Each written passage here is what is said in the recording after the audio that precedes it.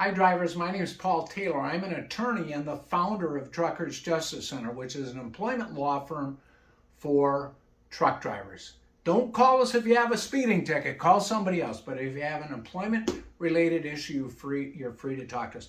I want to talk to you about back pay damages in an employment claim. Most of the cases we do are where drivers get fired because they won't break a commercial vehicle safety regulation, or they make complaints to the employer about DOT violations. That's not all of what we do, but it's most of what we do.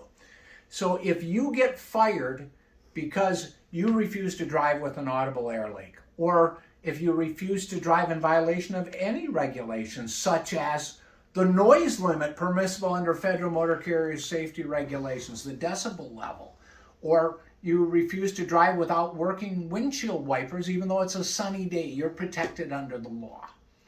Now, what do you get? One of the elements you can get if you win a successful employment claim under the Surface Transportation Assistance Act and on most other employment laws like the Civil Rights Act, Family Medical Leave Act, if you're fired for using medical leave and things of that nature, you get back pay. Now, back pay doesn't mean you get a free paycheck to sit home for 3 years till your case goes to trial. You have to attempt to mitigate damages.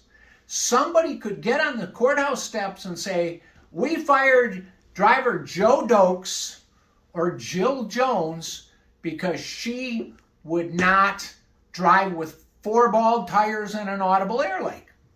Would you have a case? Sure, for reinstatement and maybe for a little bit of back pay. But when you are fired in violation of the law, you need to attempt to mitigate damages. Mitigate damages means to minimize your damages. So if you're working for a big trucking company, one of the big ones, I'm not going to use names here because we've sued them all just about, but suppose you're working for a big trucking company and you get fired in violation of the STAA or some other employment law, you have to go out and look for substantially equivalent work. You don't get to sit home and wait for Santa Claus and not work. You need to look for substantially equivalent work. Now, the courts and the Department of Labor said substantially equivalent work means work similar in terms of pay, benefits, and conditions of employment.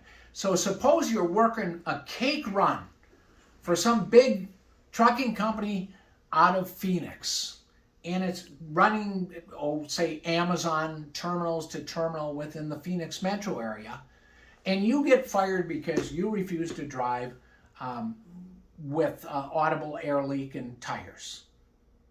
And they can you. They say, well, drive it 4 miles to a shop. You said, no, I want road service because I can't legally drive this. And you get fired. Your duty is to go to look for something that's substantially equivalent. Home every night, day hours, pay. You don't have to take an over-the-road job for some trucking company out of Chicago paying half the rate and no benefits. You have to look for substantially equivalent work. So, if you're unlawfully fired and you think you got a case, start looking for work again, because lawsuits aren't done overnight. And keep a log. Who you talk to, where you applied for work. Talk to Joe in recruiting, not good enough. Talk to Joe Jones in recruiting. Joe said I didn't have enough years, or I had too many accidents. You know, it's important that if you think you might have a case, to keep a log of your attempts to mitigate damages. Thanks for watching this video. We'll see you soon.